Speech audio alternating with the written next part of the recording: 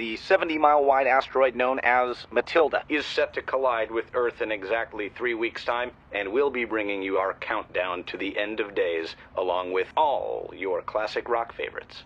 The film is about Dodge Peterson, who is facing the end of the world and trying to make sense of it. What are you doing with the rest of your life? Catching up on some me time, find God, maybe move around some chairs. That's actually kind of what the film's about, having to deal with the fact that in about 20 days something's going to hit the Earth and it's all going to explode. I always wanted to tell the story of relationships and basically what you just do with that time that you have. You okay? No!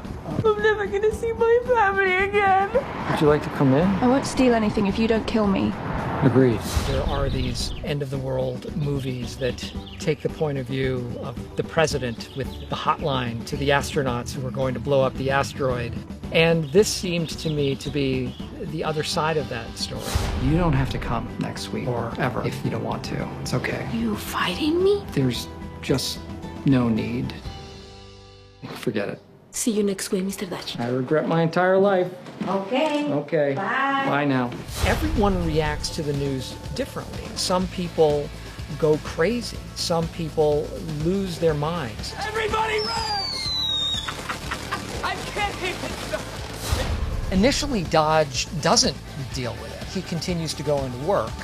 He sells insurance, ironically. I'm afraid the Armageddon package is extra, yes. Well, that protects you and your family against any sort of apocalyptic disaster drawbacks. The premiums are high. His ultimate decision is to reconnect with this lost love, and that's what he feels is going to fulfill him in these next couple of weeks of his life. Who's the girl? She the one that got away? Well, they all got away, but she was the first, yeah. Let's go find her. We need to go, right now. If you drive me to where I need to go, I can get you to your family. Dodge and Penny go on a road trip to visit his childhood sweetheart, and they meet up with a bunch of interesting people along the way. Hi, welcome to Frenzies, where everyone's your friend. I can't believe you guys are still open. And do you know what? It's his birthday today. Why didn't you tell me that? Happy birthday! Yeah, we should go. I've loved working with Steve. He is so funny. But he's not funny in a frightening way. You know how you can get kind of a bit scared of incredibly funny people? He's not like that at all. He's lovely. Apart from being a great actress and incredibly smart, Kira is just a fun, easy person to be with. How about things that we're not going to miss? Like going to the dentist? Oh, Dr. Hoberman.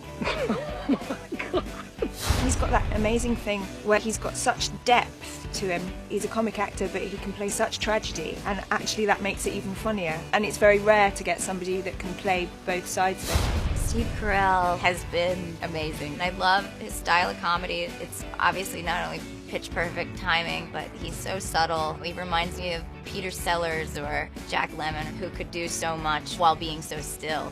Every few days we have this new guest star. We've got Rob Corddry and Connie Britton and Derek Luke and Patton Oswalt. Single guys like us, I mean, we gotta grab this thing. We gotta, you know? No, I don't. I don't.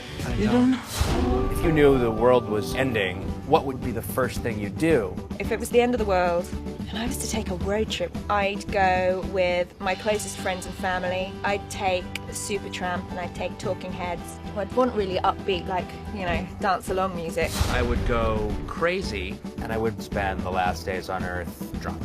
I would drive towards Elton John, because if I could just hear him sing Goodbye Yellow Brick Road while the meteor's approaching us, I don't think there's any better way to end the world. I would probably eat a lot of junk food. I'd start with Chinese food, segue into pizza, cupcakes, brownies. I do kind of a sweet, savory roller coaster, and that might take me through a couple of weeks until my doom. As fun as a donut. We're on a road to nowhere. You can't be serious. How fast are you going? 15 miles an hour over the speed limit. Given the... Couldn't you find it in your heart to give my friend here a fighting chance of being with the one he loves before we all reach our untimely conclusion? No.